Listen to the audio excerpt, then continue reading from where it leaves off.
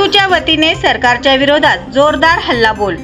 किमान वेतन, पेन्शन, सामाजिक सुरक्षा हे कामगारांचे हक्क आहेत, त्याला नख लागल्यास सरकारला सळो की पळो करू, कॉम्रेड आडम मास्तर यांचा जळजळीत इशारा। भारतीय एकंदरीत आर्थिक आणि सामाजिक परिस्थिती पाहता अत्यंत चिंताजनक आहे। केंद्र सरकार देशाला विकासाकडे नेत असल्याची वल्गना करतात। महागाई, बेरोजगारी, आर्थिक विषमतेचा दर देशाच्या विकास दराच्या दुपटीने वाढलेला आहे, हे सरकार मान्य करायला तयार नाही। आजही भूकबळी, शेतकऱ्यांची आत्महत्या, बेरोजगार तरुणांची आत्महत्या, कर्जबाजारीपणा या सामाजिक प्रश्नांची तीव्रता दिवसेंदिवस उग्र रूप धारण करत आहे। ही वस्तुस्थिती लक्षात न घेता सरकार आर्थिक नाड्या भांडवलदारांच्या हातात देण्याचे काम करत आहे। देशाची अर्थव्यवस्था बळकट करणारे सार्वजनिक उद्योगांचे खासगीकरण करून बड्या भांडवलदारांना नफेखोरीसाठी कवडीमोल दराने मोकळीक दिली आहे। हा जनतेसोबत केलेला अक्षम्य घात आहे। कामगारांनी गेली अनेक वर्ष संघर्षातून मिळवलेले 44 कामगार कायद्यांपैकी 29 कामगार कायदे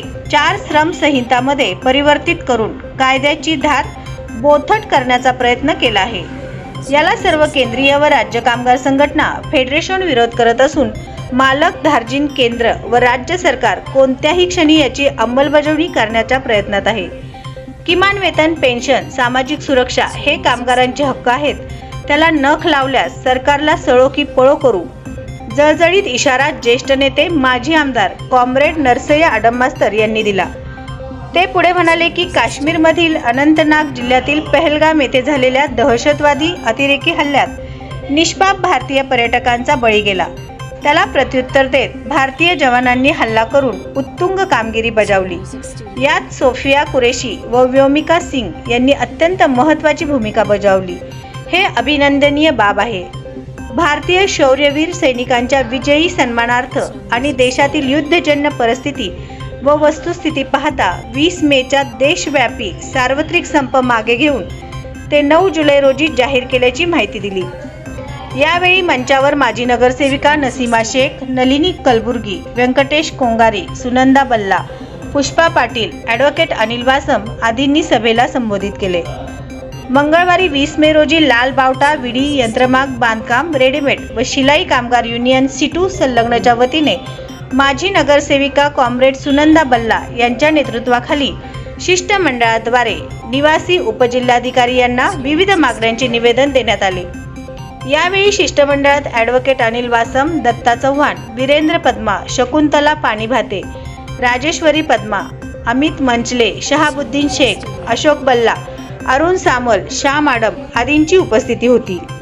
यावेळी सीटूची भूमिका मांडताना सीटूचे राज्य महासचिव कॉम्रेड MS शेख म्हणाले की कामगारांनी गेली अनेक वर्ष संघर्षातून मिळवलेल्या 44 कामगार कायद्यांपैकी 29 कामगार कायदे 4 श्रम संहितामध्ये परावर्तित करून कायद्याची धार बोथट करण्याचा प्रयत्न केला आहे। याला सर्व केंद्रीय व राज्य कामगार संघटना, फेडरेशन विरोध करत असून मालक धार्जिन नरेंद्र मोदी सरकार कोणत्याही क्षणी याची अंमलबजावणी करण्याच्या प्रयत्नात आहे। हे कोणत्याही परिस्थितीत आम्ही होऊ देणार नाही, असा निर्धार या प्रसंगी व्यक्त केला। आणि राज्य सरकार विरुद्ध जर त्यांनी शब्द वापरला त्या सगळ्यांना 2 वर्ष तुरुंगात, 3 वर्ष तुरुंगात, 7 वर्ष तुरुंगात, 2 लाखापासून 7 लाखापर्यंत दंड, त्यांची सगळी प्रॉपर्टी जप्त, त्यांच्या बायका मुलांना रस्त्यावर आणणार असा कायदा महाराष्ट्र सरकारने आणलेला।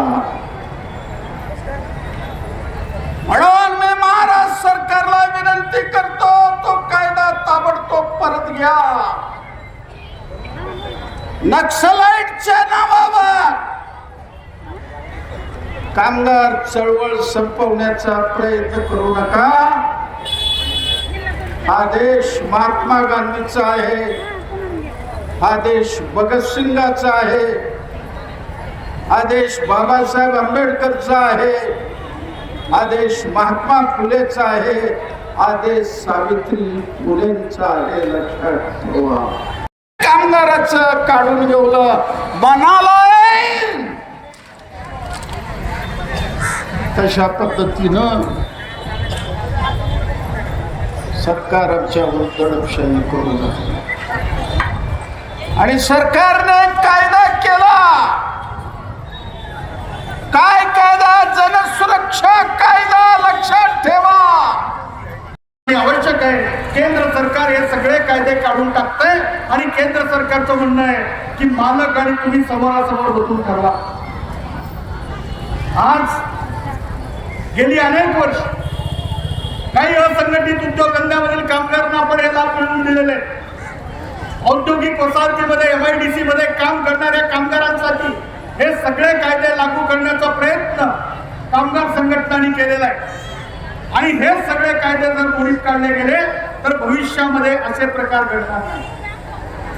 हे कायदे काढण्या अगोदरपासून सरकारी यंत्रणा त्याची अंमलबजावणी करायला सुरुवात केली.